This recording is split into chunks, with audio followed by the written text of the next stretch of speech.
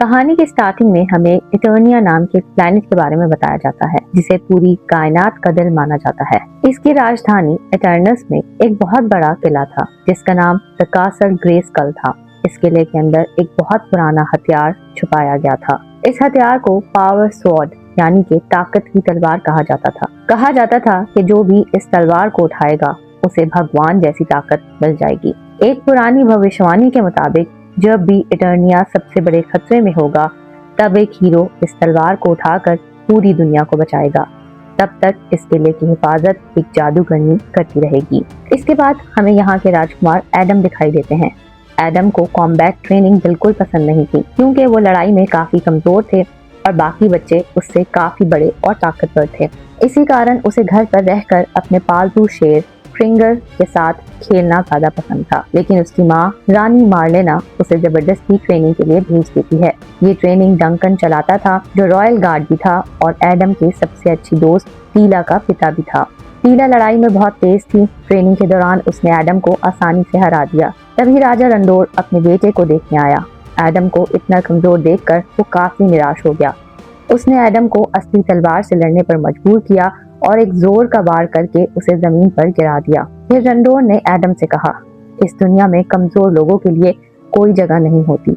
बाद में टीला ने एडम को समझाया कि बुरा मत मानो, पापा ऐसे ही हैं। लेकिन तभी दोनों की नजर कासल ग्रेस्कुल पर पड़ती है, जहाँ जादूगरनी एक अजीब सी रोशनी में चमक रही होती है। अचानक आसमान में दुश्मनों के कई बड़े जहाज आ जाते हैं और वो पूरे शहर पर बॉम्ब्स बरसाना स्टार्ट कर देते हैं। डंकन तुरंत अपनी आर्मी को उनसे लड़ने के लिए भेज देता है। जैसे ही दुश्मन महल के पास उतरते हैं, रॉयल गार्ड्स के कुछ खास योद्धा सामने आते हैं, जिन्हें हीरोइक वॉरियर्स कहा जाता था। राम मैन अपने सर की जबरदस्त टक्कर से दुश्मनों को उड़ा देता है।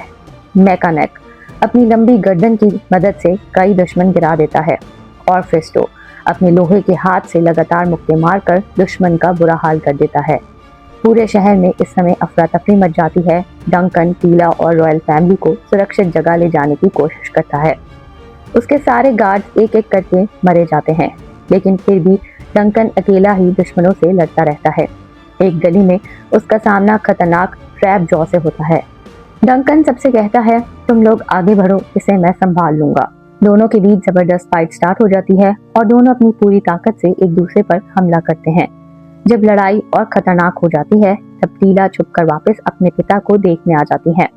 डंकन चाकू से ट्रैप जॉ पर हमला करता है और उसे बुरी तरह पीटना शुरू कर देता है, लेकिन ट्रैप जॉ अपना हाथ एक कैनन में बदल देता है और डंकन पर फायरिंग कर देता है। फिर वो दीवार पर एक बॉम्ब लगाकर वहां से भाग जाता है।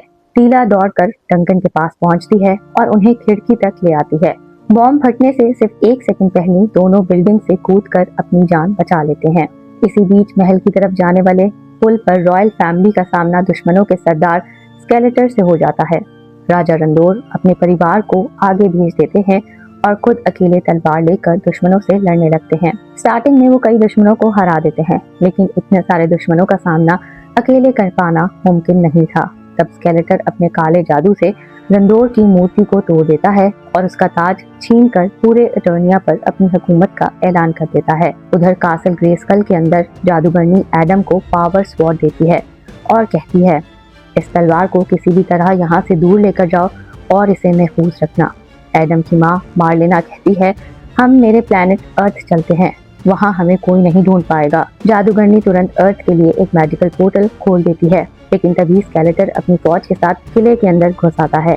मार्लेना एडम को बचाते हुए खुद स्केलेटर के जादू का शिकार हो जाती है। जादूगरनी एडम से कहती है, राजकुमार जल्दी यहाँ से चले जाएं। फिर वो एक मैजिकल शील्ड बनाकर स्केलेटर के हमले को रोक देती है। जैसे ही जादूगरनी एक चिड़िया का रूप लेकर उड़ती है, एडम पोर्टल के अंदर चला जाता है, लेकिन पोर्टल की ताकत पावर स्वॉर्ड को उसे दूर खींच लेती है और तलवार एक झील में जा गिरती है। अब स्टोरी 15 साल बाद की दिखाई जाती है। अब कहानी अमेरिका में आ जाती है। एडम अब बड़ा हो चुका है और एक लड़की के साथ डेट पर बैठा हुआ अपनी पूरी कहानी सुना रहा है, लेकिन लड़की को लगता है कि एडम पागल है, इसलिए वो तुरंत वहाँ से चली जाती है। घर पहुँचने पर उसका रूममेट हुसैन उसे समझाता है, यार ये फैंटेसी वाली कहानी सुनाना बंद कर, बस लोगों को बोल दिया कर कि तेरी मॉम डैड एक एक्सीडेंट में गुजर गए। उसकी बातों से साफ लगता है कि हुसैन ये एडम की कहानी पर यकीन नहीं करता, लेकिन एडम अपनी असली पहचान भूलने के लिए बिल्कुल तैयार नहीं था। अपने कमरे में एडम को एक रावण की ड्राइंग दिखाई देती है जो इसने बचपन में स्कूल में बनाई थी। फ्लैशबैक में दिखाया जाता है कि एडम ने क्लास में सबको इटर्निया की सच्ची कहानी सुनाई थी, लेकिन सारे बच्चे उस पर हंसने लगे और टीचर ने उसे झूठ बोलने के लिए डांट दिया। घर आकर एडम अपने पुराने ड्राइंग्स का एक बड़ा बॉक्स निकालता है। उसमें उसका परिवार, दोस्तों और इटर्निया की यादें होती हैं। उन सबको देखकर वो बहुत इमोशनल हो जाता है। अगले दिन एडम अपनी बोरिंग सी HR कंपनी की जॉब पर जाता है। ऑफिस का एक ही रूल था, हमेशा स्माइल करो और कभी किसी से झगड़ा मत करो। जब भी उसे मौका मिलता वो ऑफिस के कंप्यूटर पर इंटरनेट में अपनी खोई हुई पावर स्पॉट ढूंढने लगता। एक दिन उसकी बॉस उसे रंगे हाथ पकड़ लेती है। वो गुस्से में कहती है, अगर तुमने स्वॉट के बारे में सोचना बंद नहीं किया तो मैं तुम्हें नौकरी से निकाल दूंगी। लेकिन एडम को उसकी बात की कोई परवाह नहीं होती, क्योंकि उसी वक्त उसे एक मैसेज मिलता है। मैसेज भेजने वाले ने लिखा था कि उसके पास एक पुरानी तलवार है। ये सुनते ही एडम बिना देर किए उस एड्रेस पर पहुंच जाता है। वहां जाकर वो देखता है कि वो जगह एक कॉमिक स्टोर है। स्टोर के अंदर उसकी पावर स्वॉर्ड का एक स्टैचू का हिस्सा बनी हुई होती है। एडम उसे बाहर निकालने की कोशिश करता है। शुरू में तलवार बिल्कुल नहीं निकलती, उल्टा पूरा स्टैचू उसके ऊपर गिर जाता है। काफी मेहनत के बाद एडम आखिरकार तलवार बाहर निकाल लेता है। फिर वो उस जादुई मंत्र को बोलता है जो तलवार को एक्टिवेट करती है, लेकिन कुछ भी नहीं होता। कॉमिक स्टोर का मालिक गुस्से में आकर कहता है, मेरे स्टोर का इतना नुकसान किसने किया, इसका पैसा कौन देगा। लेकिन एडम उसकी बात सुने बिना तलवार लेकर वहां से भाग जाता है। दुकानदार पीछे से चिल्लाता रहता है, अरे ये तलवार बिकने के लिए नहीं रखी थी। एडम इतना एक्साइटेड होता है कि गाड़ी चलाते वक्त रास्ते की किसी चीज पर ध्यान ही नहीं देता। तेज स्पीड में गाड़ी चलाते हुए वो लगभग एक्सीडेंट कर देता है। घर पहुंचकर वो तलवार को देखकर कहता है, यार कुछ तो कर, इतनी मुश्किल से मिला है, कोई तो मैजिक दिखा। लेकिन तलवार बिल्कुल चुप रहती है। अगली सुबह 2 पुलिस ऑफिसर्स एडम को कॉमिक स्टोर से तलवार चोरी करने के इल्जाम में गिरफ्तार कर लेते हैं। पुलिस उसे पुलिस स्टेशन ले जा रही होती है, लेकिन रास्ते में उनकी गाड़ी ट्रैफिक जैम में फंस जाती है। अचानक लोग चीखते हुए इधर उधर भागने लगते हैं। एडम देखता है कि एक खतरनाक जानवर जैसा आदमी बीस्ट मैन शहर पर हमला कर रहा है। जैसे ही बीस्ट मैन एडम को देखता है वो सीधा पुलिस की गाड़ी पर कूद पड़ता है। एक ही झटके में वो गाड़ी का दरवाजा फाड़ देता है। एडम तुरंत पावर स्वॉर्ड पकड़ता है, खिड़की तोड़ता है और भाग निकलता है। बीस्ट मैन उसका पीछा करने लगता है। वो रास्ते में फूड के डब्बे और दूसरी चीजें एडम की तरफ फेंकता रहता है। फिर वो एडम को उठाकर एक ट्रक पर दे मारता है। झटके से पावर स्वॉर्ड एडम के हाथ से छूट जाती है। अब बीस्ट मैन एडम को मारने ही वाला होता है, तभी अचानक किसी की गोली उसके सीने में लगती है। एक लड़की हवा में कूद कर आती है और अपने हथियार से बीस्ट मैन पर लगातार हमला करने लगती है। फिर वो एक और गोली चलाती है। बीस्ट मैन सीधा हाईवे से नीचे गिर जाता है। जब वो लड़की मुड़कर एडम को उसके नाम से बुलाती है तब एडम हैरान रह जाता है। ये और कोई नहीं, टीला थी। दोनों एक दूसरे को पहचान ही रहे होते हैं कि तभी बीस्ट मैन दोबारा उन पर हमला करता है, लेकिन टीला कार का दरवाजा उठाकर उसके मुंह पर दे मारती है और उसे दूर गिरा देती है। फिर वो पावर स्वॉर्ड उठाती है और एडम के साथ छिप जाती है। बीस्ट मैन गाड़ियों को हटा हटा कर उन दोनों को ढूंढने लगता है। छिपते हुए टीला एडम को बताती है, जैसे ही तुमने तलवार निकाली उसने एक सिग्नल भेजा था, इसी सिग्नल के कारण मैं भी तुम तक पहुंच गई और बीस्ट मैन भी। दोनों वहां से भागना शुरू कर देते हैं। टीला आसानी से हाईवे से नीचे कूद जाती है, लेकिन एडम की जंप उतनी अच्छी नहीं होती। वो लगभग ट्रैफिक के बीच गिरने ही वाला होता है। इसी दौरान बीस्ट मैन दोबारा उनके पास पहुंच जाता है। एडम और टीला भागते भागते एक पार्क तक पहुंचते हैं। वहां टीला का स्पेसशिप उनका इंतजार कर रहा होता है। आसपास खड़े लोग हैरानी से स्पेसशिप को देखते रह जाते हैं। एडम और टीला तुरंत उसके अंदर चले जाते हैं। दरवाजा बंद होते ही बीस्ट मैन भी वहां पहुंच जाता है। वो स्पेसशिप से चिपकने की कोशिश करता है, लेकिन टीला पोर्टल एक्टिवेट कर देती है और पोर्टल की जबरदस्त ताकत बीस्ट मैन को नीचे गिरा देती है। सफर के दौरान टीला एडम को बताती है, पिछले 15 सालों में बहुत कुछ बदल गया है और तुम्हारे मॉम डैड के साथ क्या हुआ किसी को नहीं पता। कुछ देर बाद स्पेसशिप इटर्निया पहुंचती है। अपनी दुनिया को बर्बाद और खंडर बना हुआ देखकर एडम का दिल टूट जाता है, लेकिन उसे बिल्कुल भी पता नहीं होता कि दूर खड़ा ट्राइक्लॉप्स उन सब पर नजर रख रहा है। दूसरी तरफ स्नेक माउंटेन के किले में स्केलेटर बीस्ट मैन पर बहुत गुस्सा होता है। पावर स्वॉर्ड वापस न लाने के कारण वो अपनी जादुई छड़ी से बीस्ट मैन को सजा देता है।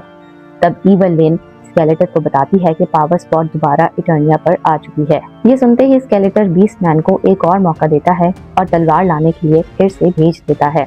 ईवल लेन हैरान होकर पूछती है, तुम्हारे पास पहले ही पूरा इटर्निया है, फिर तुम्हें इस तलवार की इतनी जरूरत क्यों है? स्केलेटर गुस्से में उसका हाथ पकड़ लेता है और कहता है, जब तक मुझे भगवान जैसी ताकत नहीं मिलती मेरी जीत अधूरी है। थोड़ी देर बाद टीला का स्पेसशिप जमीन के नीचे बने एक सीक्रेट बेस में उतरता है। यहीं इटर्निया के बचे हुए लोग छुपकर रह रहे थे, लेकिन ट्राइक्लॉप्स उनका पीछा करते हुए यहाँ तक पहुँच चुका था। अब दुश्मन को इस सीक्रेट बेस का भी पता चल गया था।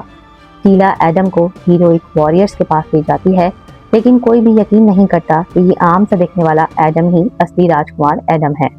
एडम अपना अर्थ वाला बिजनेस कार्ड दिखाता है, लेकिन वॉरियर्स उसकी बात मानने की बजाय सिर्फ उसकी पावर स्वॉर्ड ले लेते हैं। फिर एडम और टीला दोनों को जेल के एक सेल में बंद कर दिया जाता है। उस सेल में एक शराबी आदमी सोता हुआ होता है और एक ताकतवर रोबोट भी होता है जिसका नाम रोबोटो था। कहा जाता है कि रोबोटो अकेला ही 20 सिपाहियों के बराबर ताकत रखता है। तभी अचानक दुश्मन का जहाज सीक्रेट बेस पर हमला कर देता है। हर तरफ धमाके होने लगते हैं। टीला सेल का दरवाजा तोड़ने की पूरी कोशिश करती है, लेकिन वो कामयाब नहीं होती। एडम रोबोटो से मदद मांगता है। रोबोटो आराम से उठकर सिर्फ एक धक्का देता है और लोहे का दरवाजा तुरंत टूट जाता है। सेल से बाहर निकलने से पहले टीला उस शराबी आदमी को उठाती है। सबको हैरानी होती है कि वो शराबी और कोई नहीं था, डंकन ही था। टीला उसके मुंह पर पानी फेंकती है ताकि उसका नशा उतर जाए, लेकिन डंकन होश में आते ही एडम के जूतों पर उल्टी कर देता है। डंकन कहता है, मैं कहीं नहीं जा रहा, लेकिन रोबोटो उसे सीधा कंधे पर उठाकर बाहर ले आता है। सब लोग मिलकर मार्केट के बीच से भागने लगते हैं। हर तरफ गोलियां चल रही होती हैं और धमाके हो रहे होते हैं। इसी दौरान स्केलेटर खुद भी बैटल फील्ड में आ जाता है। जब रैममैन गिरने लगता है तो वो भागते हुए एडम को पावर स्वॉर्ड दे देता है और खुद दोबारा लड़ने लगता है। पूरा ग्रुप गोलियों से बचता हुआ एक गुफा तक पहुंच जाता है। टीला स्टाइल से स्लाइड करके नीचे उतर जाती है। बाकी सब लोग थोड़े ऑकवर्ड तरीके से नीचे गिरते हैं। सब लोग कुछ बॉक्सेस के पीछे छिप जाते हैं। तभी ट्रैप जॉ कुछ सोल्जर्स के साथ वहां पहुंच जाता है। उसे देखते ही डंकन डर जाता है। उसकी पुरानी लड़ाई की यादें वापस आ जाती हैं। तब एडम आगे बढ़ता है, लेकिन हीरो की तरह नहीं, बिल्कुल अपनी ऑफिस वाली HR स्टाइल में। मुस्कुराते हुए वो ट्रैप जॉ से प्यार से बात करने लगता है, लेकिन ट्रैप जॉ को बात करने में बिल्कुल इंटरेस्ट नहीं था। वो सीधा एडम पर हमला कर देता है। दोनों लड़ते लड़ते एक पुल के किनारे तक पहुंच जाते हैं। एडम उसे धक्का देने की कोशिश करता है, लेकिन ट्रैप जॉ उल्टा एडम को ही आसानी से दूर फेंक देता है। तब टीला जोर से चिल्लाती है, तलवार का इस्तेमाल करो। जैसे ही एडम दोबारा पावर स्पॉट पकड़ता है, उसके सामने जादूगरनी की रूह नजर आती है। वो कहती है, वही जादुई शब्द बोलो। एडम तलवार को आसमान की तरफ उठाता है और जोर से कहता है, by the power of Brasel I have the power. अचानक आसमान से एक जबरदस्त बिजली तलवार पर गिरती है। उसकी रोशनी के साथ एडम का पूरा शरीर बदल जाता है। अब वो ग्रेस्कल का चैंपियन बन चुका था। एडम के चैंपियन बनते ही उसके अंदर जबरदस्त ताकत आ जाती है, लेकिन ट्रैप जॉ बिना डरे उस पर दोबारा हमला कर देता है। इस बार एडम पहले जैसा कमजोर नहीं था। वो ट्रैप जॉ के सारे वार आसानी से रोक लेता है। ट्रैप जॉ जब गोलियां चलाता है, एडम के जादुई कड़े उन सबको रोक लेते हैं। फिर एडम उसका मैकेनिकल हाथ पकड़कर जोर से तोड़ देता है। उसी टूटे हुए हाथ को उठाकर वो बाकी दुश्मन के सिपाहियों की धुलाई कर देता है। आखिर में एडम अपनी पावर स्पॉट वापस उठाता है और सब लोग टीला की स्पेसशिप की तरफ भागते हैं। दूर खड़ा स्केलेटर गुस्से से ये सब देखता रह जाता है। वो अपने सिपाहियों को डांट कर कहता है, उन्हें किसी भी हाल में बचकर जाने मत देना। कुछ ही देर में दुश्मनों के कई स्पेसशिप टीला के स्पेसशिप का पीछा करने लगते हैं। उनकी तरफ लगातार लेजर फायर होने लगता है। शिप बुरी तरह डैमेज हो जाता है। टीला पूरी कोशिश करती है कि शिप को संभाल सके, लेकिन एक और जबरदस्त टक्कर से शिप में बड़ी दरार पड़ जाती है। इसी बीच एक दुश्मन फाइटर सीधा कॉकपिट पर हमला कर देता है। टीला एडम को शिप के पिछले हिस्से में भेजती है। वहाँ एडम को एक एयर बाइक मिलती है। उसने कभी एयर बाइक नहीं चलाई होती। शुरू में वो काफी हिलता जुलता रहता है, लेकिन कुछ ही पल के बाद उसे कंट्रोल कर लेता है और दुश्मनों का ध्यान अपनी तरफ खींच लेता है। उधर टीला भी कॉकपिट पर हमला करने वाले सोल्जर को मार गिराती है, लेकिन शिप की दरार अब इतनी बड़ी हो चुकी होती है कि पूरा शिप नीचे गिरना शुरू हो जाता है। इसी दौरान एडम की एयर बाइक भी एक दुश्मन के जहाज से टकरा जाती है। बाइक का कंट्रोल उसके हाथ से निकल जाता है। एडम एक पेड़ पकड़कर खुद को बचाने की कोशिश करता है, लेकिन बाइक उसे घसीटती रहती है। आखिरकार एडम एयर बाइक को दुश्मनों की तरफ फेंक देता है। बाइक ब्लास्ट हो जाती है और कई दुश्मन उस धमाके में खत्म हो जाते हैं। एडम खुद हवा में कूद जाता है। वो सीधा एक दुश्मन के स्पेसशिप पर जा देता है। खिड़की तोड़कर पायलट को बाहर फेंक देता है और खुद उस स्पेसशिप का कंट्रोल संभाल लेता है। उधर टीला के शिप में डंकन एक लेजर गन उठाता है। वो फायरिंग करने ही वाला होता है कि एडम अचानक उसके और दुश्मन के बीच आ जाता है। डंकन उसे वार्न करने की कोशिश करता है, लेकिन तब तक दुश्मन एडम के शिप पर हमला कर देता है। एडम तुरंत जंप लगाता है और टीला के शिप पर सेफली लैंड कर लेता है। दुश्मन का शिप नीचे गिरकर ब्लास्ट हो जाता है। तब एक और फाइटर उनका पीछा करता है। इस बार एडम बिना डरे उसका हमला अपने नंगे हाथों से रोक लेता है। फिर पूरे जहाज को उठाकर दूसरे दुश्मन जहाज पर फेंक देता है। दोनों शिप्स हवा में ही ब्लास्ट हो जाते हैं, लेकिन टीला का शिप भी कंट्रोल से बाहर हो चुका होता है। एडम सबको बचाने के लिए जंप लगाता है, एक बड़े पेड़ से टकराता है और बेहोश हो जाता है। दूसरी तरफ टीला का शिप भी जंगल के अंदर क्रैश हो जाता है। इसी वक्त स्केलेटर सीक्रेट बेस पर कब्जा कर लेता है। वो बचे हुए लोगों को धमकी देता है कि अगर किसी ने ग्रेस्कल के चैंपियन का नाम नहीं बताया तो मैं सबको मार दूंगा। शुरू में वो कुछ नहीं बोलता, तब स्केलेटर अपने जादू से एक इटर्नियन वॉरियर को मार देता है। जब वो दूसरे को मारने लगता है तब फिस्टो मजबूर होकर सच बता देता है। ग्रेस्कल का चैंपियन राजकुमार एडम ही है। ये सुनते ही स्केलेटर सभी बचे हुए लोगों को कैद करने का हुक्म दे देता है। जंगल में टीला डंकन को कहती है कि वो शिप के पास रुककर उसकी देखभाल करे। खुद वो एडम को ढूंढने निकल पड़ती है। इसी दौरान डंकन को एक बॉक्स मिलता है जिस पर लिखा होता है डैड्स। बॉक्स खुलते ही उसके सामने उसका पुराना आर्मर आ जाता है। उसे देखकर डंकन को अपने पुराने दिन याद आ जाते हैं। दूसरी तरफ एडम होश में आता है। उसे जादूगरनी की आवाज सुनाई देती है। वो कहती है, इटर्निया को फिर से बचाना सिर्फ तुम्हारी जिम्मेदारी है। तभी एक चिड़िया उसकी पावर स्पॉट पर आकर बैठ जाती है। जैसे ही एडम उसे छूने की कोशिश करता है वो उड़ जाती है। उसी वक्त टीला एडम को ढूंढ लेती है और उसे वापस स्पेसशिप तक ले आती है। यहाँ डंकन अपनी दाढ़ी काट चुका होता है और अपना पुराना आर्मर पहनकर फिर से एक असली वॉरियर की तरह तैयार खड़ा होता है। टीला डंकन को नए रूप में देखकर बहुत खुश होती है। उसे लगता है कि उसके पापा ने शराब हमेशा के लिए छोड़ दी है, लेकिन अगले ही पल डंकन अपनी पॉकेट से एक फ्लास्क निकाल लेता है। ये देखकर टीला गुस्से में उसे डांट देती है और वहाँ से चली जाती है। डंकन एडम को समझाता है एक असली हीरो अपनी शोहरत के लिए नहीं बल्कि लोगों की हिफाजत के लिए लड़ता है। ये बात एडम के दिल को छू जाती है। टीला स्पेसशिप ठीक करने की कोशिश कर रही थी। एडम सिर्फ एक हाथ से स्पेसशिप का भारी हिस्सा उठा लेता है। अब उसकी ताकत देखकर टीला भी हैरान रह जाती है। काम करते करते दोनों पुरानी यादें शेयर करते हैं। दोनों मानते हैं कि उन्होंने एक दूसरे को बहुत मिस किया। एडम को लगता है कि शायद टीला उसे किस करेगी, लेकिन टीला मुस्कुरा कर कहती है, तुम सिर्फ मेरे बेस्ट फ्रेंड हो। ये सुनकर एडम थोड़ा ऑकवर्ड फील करता है। कुछ देर के बाद आसमान में स्केलेटर का जादुई चेहरा दिखाई देता है। वो पूरे इटर्निया में एक मैसेज भेजता है। स्केलेटर कहता है, अगर एडम मुझे पावर स्पॉट दे दे तो मैं उसके माँ बाप को जिंदा छोड़ दूंगा, और अगर तलवार नहीं मिली तो मैं उन्हें मार दूंगा। टीला तुरंत समझ आती है कि ये सिर्फ एक जाल है, लेकिन एडम अपने माँ बाप को बचाने के लिए सब कुछ दांव पर लगाने के लिए तैयार हो जाता है। काफी बहस के बाद सब उसके साथ चलने के लिए मान जाते हैं। जैसे ही उनका सफर शुरू होता है वही जादुई चिड़िया भी चुपचाप उनके पीछे होने लगती है। कुछ देर के बाद सब लोग स्नेक माउंटेन पहुंचते हैं। दरवाजे पर एक बड़ा सा गार्ड गोटमैन उनका रास्ता रोक लेता है। वो एडम से पावर स्वॉर्ड मांगता है।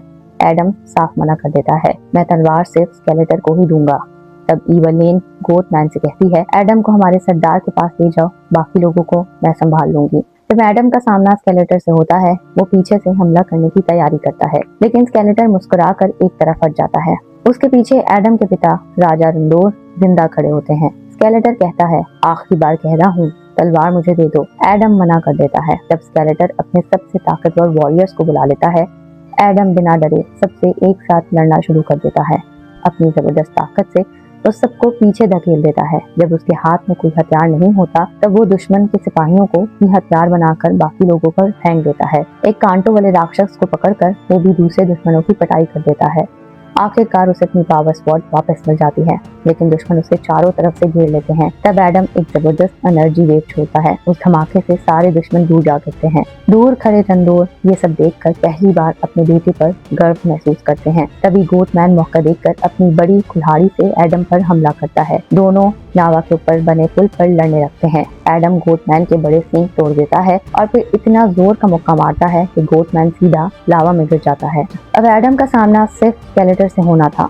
जैसे ही वो उस पर हमला करने वाला होता है ईवलेन अपने जादू से एडम को पूरी तरह जाम देती है। स्केलेटर हंसकर कहता है, अब तुम्हारे बाप को खत्म करने का वक्त आ गया है। ये सुनते ही एडम का गुस्सा फूट पड़ता है और वो सिर्फ अपनी ताकत से ही ईवलेन का जादू तोड़ देता है। फिर वो स्केलेटर पर एक बहुत ही ताकतवर वार करता है। स्केलेटर बच जाता है, लेकिन पूरी गुफा जोर जोर से हिलने लगती है। छत का एक बड़ा हिस्सा टूटकर राजा रंदोर के ऊपर गिर जाता है। एडम दौड़कर सारा मलबा हटाता है और अपने पिता को बाहर निकालता है। रंदोर आंसुओं के साथ कहते हैं, बेटा, बचपन में मैंने तुम्हारे साथ बहुत सख्ती की, मुझे माफ कर देना। इतना कहकर राजा रंदोर एडम के बाहों में अपनी आखिरी सांस ले लेते हैं। एडम टूट कर रो पड़ता है, लेकिन इसी मौके का फायदा उठाकर स्केलेटन अपने जादू से एडम को बेहोश कर देता है। जब एडम की आंख खुलती है तो वो दोबारा अपने नॉर्मल इंसानी रूप में होता है। वो एक जेल के सेल में बंद होता है। उसके साथ बाकी इटर्नियंस भी कैद होते हैं। वहीं उसकी माँ मार्लेना भी जिंदा मिलती है। एडम तुरंत उन्हें गले लगा लेता है, फिर आंसुओं के साथ बताता है कि पापा इस दुनिया में नहीं रहे। ये सुनकर मार्लेना भी टूट जाती है। दूसरी तरफ स्केलेटर पावर स्वॉर्ड उठाकर उसके जादुई शब्द बोलता है, लेकिन इस बार भी तलवार काम नहीं करती। गुस्से में वो इवल का गला पकड़ लेता है और पूछता है, तलवार मेरी बात क्यों नहीं मान रही? इवल कहती है, एक खास जादुई रस्म करनी पड़ेगी, तभी तलवार तुम्हें अपना असली मालिक मानेगी। ये सुनकर स्केलेटर तुरंत कासल ग्रेस्कल की तरफ निकल पड़ता है। उधर जेल के अंदर डंकन और एडम अपनी हार की वजह से उदास बैठे होते हैं। तब एडम को डंकन की पुरानी बात याद आती है, हीरो कभी हार कर नहीं बैठता। ये याद आते ही एडम के अंदर फिर से हिम्मत आ जाती है। इसी वक्त टीला एडम को एक सरप्राइज देती है। उसका पुराना शेर फ्रिंगर भी वहाँ मौजूद होता है। अब फ्रिंगर भूल भी सकता था। वो खुशी से एडम को चाटने लगता है। एडम सभी कैदियों का हौसला बढ़ाता है। उसकी बातें सुनकर सब दोबारा लड़ने के लिए तैयार हो जाते हैं। सब मिलकर जेल के गेट को धक्का देते हैं। उधर रोबोटो ऊपर की चट्टान पर फायरिंग करता है। पूरा हिस्सा टूट कर गिर जाता है और सब लोग बाहर निकल आते हैं। बाहर निकलते ही उनका सामना दुश्मनों की फौज से होता है, लेकिन हीरोइक वॉरियर्स मिलकर सबको हरा देते हैं। फिर वो दुश्मनों के स्पेसशिप चुरा लेते हैं और इटर्नोस वापस पहुंच जाते हैं। वहाँ एक जबरदस्त जंग शुरू हो जाती है। हर हीरोइक वॉरियर अपनी पूरी ताकत से दुश्मनों को हरा रहा होता है। उधर एडम, टीला और डंकन कासल ग्रेस्कल की तरफ बढ़ते हैं। पुल के पास डंकन रुक जाता है। वो कहता है, तुम दोनों आगे जाओ, मैं यहाँ सबको रोकता हूँ। फ्रिंगर थोड़ा डरा हुआ होता है। एडम मुस्कुरा कर कहता है, तू शेर है, शेर की तरह लड़। ये सुनकर फ्रिंगर हिम्मत पकड़ता है और एडम उसकी पीठ पर बैठकर किले के अंदर चला जाता है। कासल ग्रेस्कल के अंदर स्केलेटर पावर स्वॉर्ड को उसकी असली जगह पर रख देता है। तभी एडम और उसके साथी वहां पहुंच जाते हैं। फ्रिंगर दुश्मन गार्ड्स पर टूट पड़ता है। एडम मौका देखकर आल्टर पर जंप लगा देता है और पावर स्वॉर्ड वापस ले लेता है। उधर टीला और इवलिन के बीच जबरदस्त मैजिक फाइट शुरू हो जाती है। इवलिन उसे जादू से जमाने की कोशिश करती है, लेकिन टीला उस जादू को तोड़कर दोबारा लड़ना शुरू कर देती है। इसी दौरान बीस्ट मैन भी आ जाता है।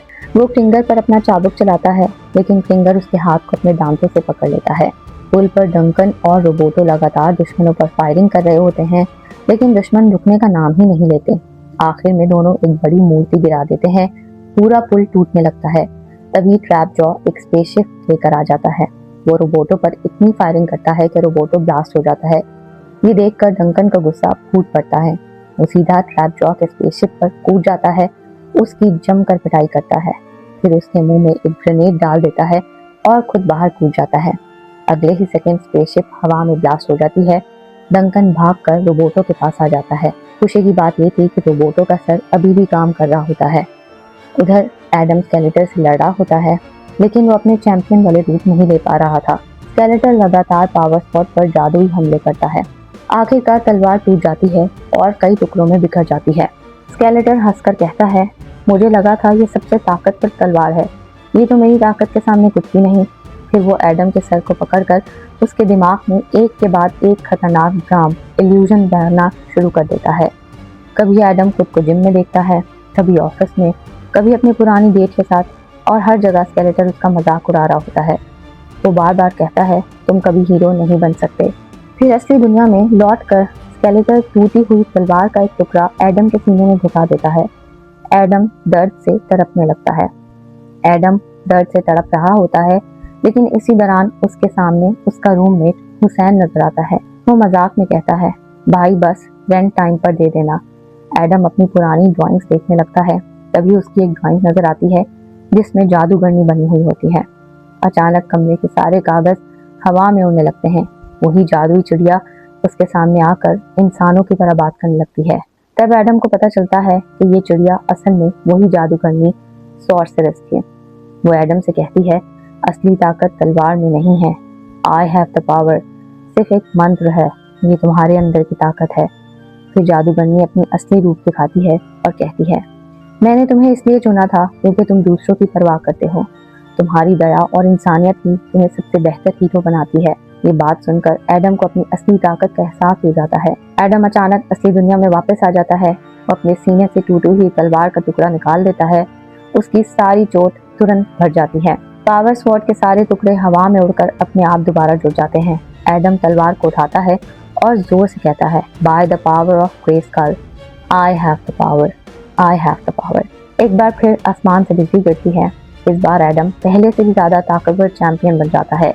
अब लड़ाई दोबारा शुरू होती है, लेकिन इस बार एडम पहले स्केलेटर से बात करने की कोशिश करता है। वो कहता है, लड़ाई से कुछ नहीं मिलता, अपने लोगों को खुश रखो, एक अच्छे राजा बनो। स्केलेटर जोर से हंस पड़ता है। फिर वो अपना सारा जादुई हमला एडम पर कर देता है, लेकिन इस बार एडम बिल्कुल नहीं डरता। स्केलेटर उसका मजाक उड़ाते हुए कहता है, तुम्हें इतनी ताकत का इस्तेमाल करना ही नहीं आता। एडम मुस्कुराकर जवाब देता है, मुझे ताकत का इस्तेमाल अच्छी तरह आता है, बस मैं बिना वजह हिंसा नहीं करना चाहता।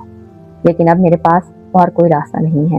इतना कहकर एडम पूरी ताकत के साथ स्केलेटर पर टूट पड़ता है। वो स्केलेटर को एक के बाद एक जोर के मुक्के मारता है। कभी उसे दीवार से टकराता है, कभी जमीन पर पटकता है और कभी हवा में उछाल देता है। स्केलेटर पूरी तरह बेबस हो जाता है। ये देखकर ईवल लेन डर जाती है और वहां से भाग निकलती है। स्केलेटर आखिरी बार अपना जादू चलाने की कोशिश करता है, लेकिन एडम पर उसका कोई असर नहीं होता। जब स्केलेटर समझ आता है कि वो हार चुका है, तब वो बात करने की कोशिश करता है, लेकिन एडम उसकी जादुई छड़ी पकड़ लेता है, अपनी ताकत उसके अंदर भर देता है। अगले ही पल वो छड़ी एक बहुत बड़े धमाके के साथ फट जाती है। उस धमाके के साथ स्केलेटर का पूरा शरीर भी तबाह हो जाता है, सिर्फ उसकी खोपड़ी पीछे रह जाती है। लड़ाई खत्म हो जाती है। एडम अपने सभी दोस्तों से दोबारा मिलता है। सब खुशी खुशी कासल ग्रेस्कुल से बाहर निकल आते हैं। 6 महीने बाद की कहानी। एटर्नोस दोबारा पहले की तरह बस चुका होता है। मार्लिना फिर से रानी बन जाती है। रोबोटों को एक नया शरीर मिल जाता है और हुसैन को भी इटर्निया लाया जाता है ताकि उसे यकीन हो सके कि एडम सच बोल रहा था। एक दिन किसी गांव से मदद का सिग्नल आता है। एडम तुरंत अपना चैंपियन वाला रूप लेता है। क्रिंगर भी अब एक शानदार आर्मर पहन चुका होता है। एडम उसकी पीठ पर बैठकर लोगों की मदद के लिए निकल पड़ता है। अब पूरी दुनिया उसे ही मैन के नाम से जानती है। आपको ये मूवी कैसी लगी हमें कमेंट्स में बताना न भूलिएगा।